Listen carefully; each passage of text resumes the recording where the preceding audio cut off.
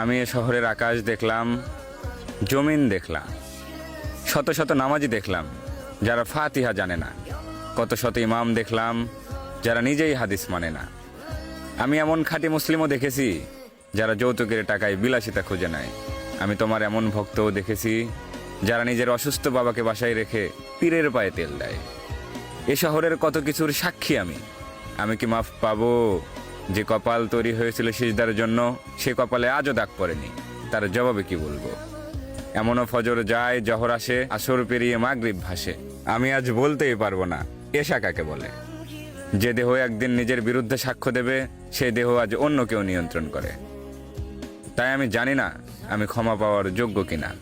তবে পৃথিবীর সর্বশ্রেষ্ঠ গ্রন্থ কুরআন বলেছে, তোমার রহমতের তুলনায় আমার এ পাপ কিচ্ছু নয়। তাই পাপী হাত দুটি উঠিয়ে দরখাস্ত জানাই, ইয়া মালিক, এই ফরমালিনযুক্ত শহরে আমাকে ভেজাল মুক্ত রেখো। Ya shazama